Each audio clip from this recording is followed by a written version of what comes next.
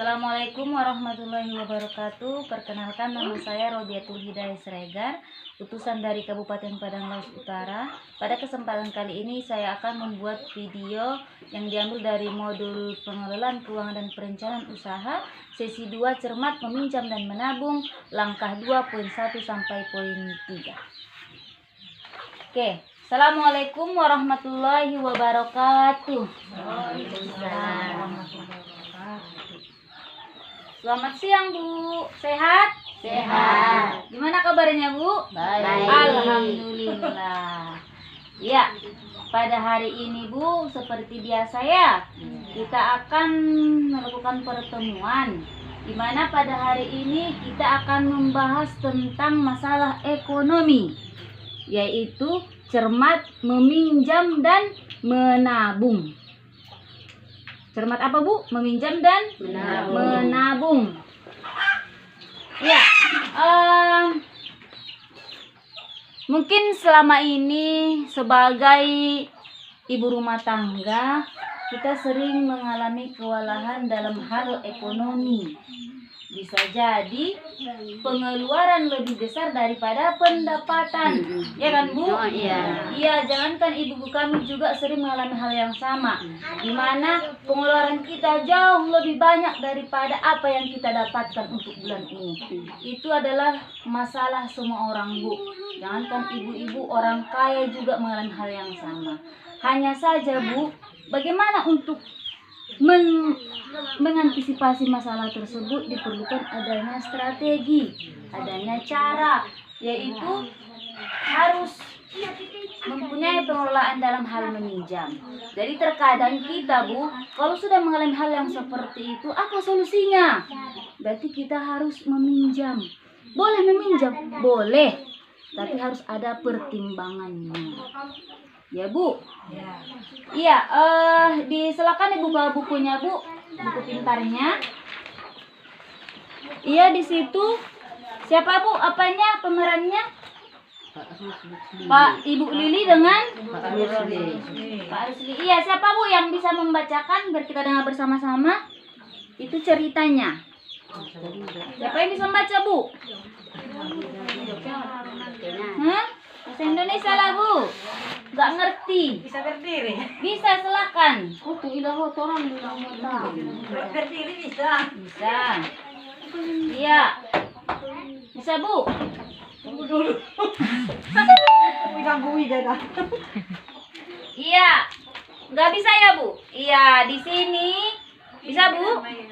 Oh, Bisa. Bisa. Iya, silakan. Bismillahirrahmanirrahim. Bu Lili.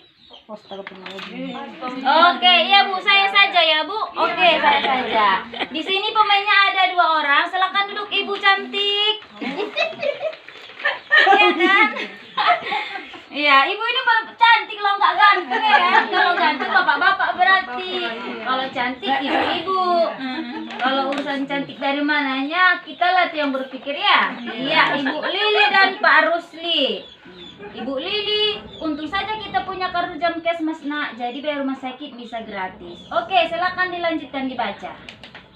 Baca, Bu. Oke, sudah dibaca ya?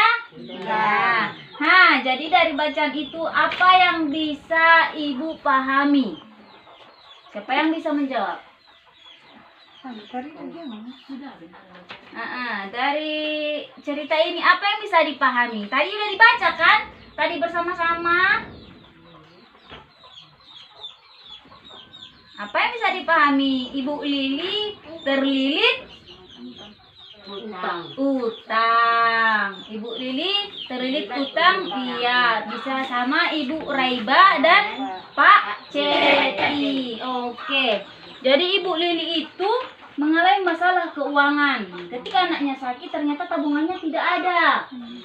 Ternyata simpanannya tidak ada. Jadi bagaimana? Jadilah dia meminjam ke Ibu Raiba, yang ternyata Ibu Raiba ini membungakan uangnya, menambahkan yang awalnya 500 menjadi 650. Itu tadi, Bu, ya kan? Itu kesimpulannya. Jadi dari cerita tadi, pesan yang bisa kita pahami adalah bahwa kalau kita tidak rajin menabung, rajin menyimpan uang, tidak bisa mengelola keuangan, maka kita akan sering melakukan pinjaman pada orang lain ataupun berutang. Jadi pintar-pintarlah Bu dalam mengelola keuangan. Bukan berarti tidak boleh meminjam, boleh Bu meminjam, tapi dikelola, ada caranya. Nah, ada 5 langkah ketika kita hendak meminjam. Yang pertama, sebelum meminjam, untuk apakah kita meminjam? Di sini disebutkan sebaiknya hanya untuk memenuhi kebutuhan pokok dan kebutuhan produktif. Kebutuhan pokok berarti bisa untuk makan, bukan keinginan katanya kan Bu. Kalau kebutuhan, kalau tidak dipenuhi bisa mengakibatkan masalah. Contoh, kalau tidak ada beras, berarti bisa saja nanti jatuh sakit atau gimana, berarti harus dipinjam. Kalau keinginan, apa itu keinginan? Iya por, tapi bukan berarti itu merupakan kebutuhan. Contoh baju baru, itu merupakan keinginan, bukan kebutuhan. Jadi kalaupun baju baru tidak dibeli, itu tidak masalah. Maka boleh berutang kalau berkenaan dengan kebutuhan. Beras, susu anak, uang sekolah anak, itu semua kebutuhan. Boleh. Kegiatan produktif, mau buka usaha, boleh berutang. Tapi kalau untuk lain jangan. Kalau hanya untuk beli baju baru, baju daster baru, jangan berutang. Oke, yang kedua, apakah ada cara lain yang bisa dilakukan sebelum berutang? Apa cara yang lain? Jika ada, gunakan tabungan. Jadi ibu-ibu, kalau masih ada tabungan, jangan dulu meminjam ke orang lain. Kalau masih ada Bu emas kita, jangan meminjam ke orang lain. Ini gara-gara takut tidak make emas, kalau ke pesta nggak mau dijual emasnya, akhirnya dia berutang ke orang lain, terlilit utang. Oke, yang selanjutnya, berapa besar kita perlu meminjam uang?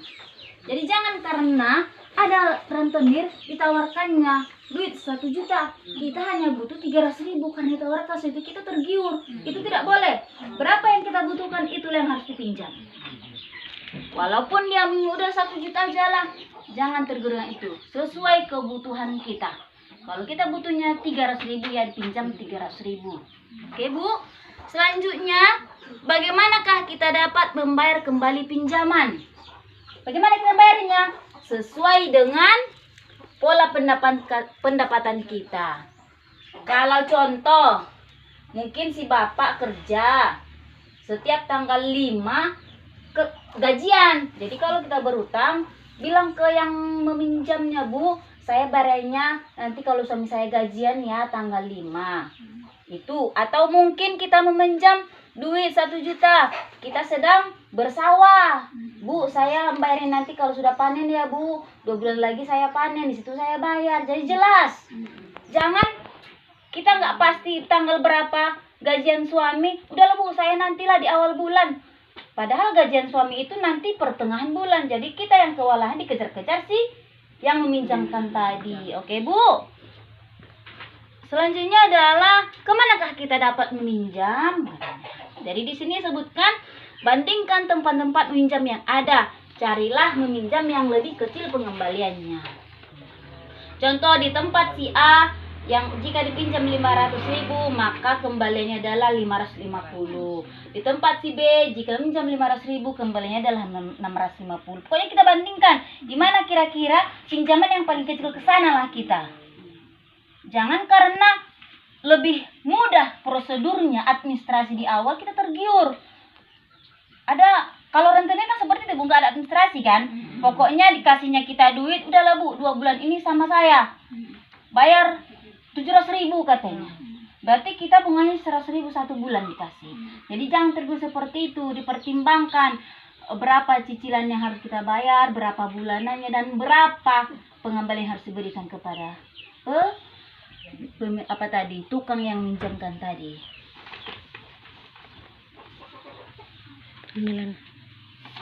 Oke, jadi ibu-ibu di sini sudah ada 5 langkah. Jadi sebelum meminjam itu dipertimbangkan yang 5 hal ini. Jangan itu tadi tergiur dengan hal-hal yang mudah di awal tapi sulit di akhir.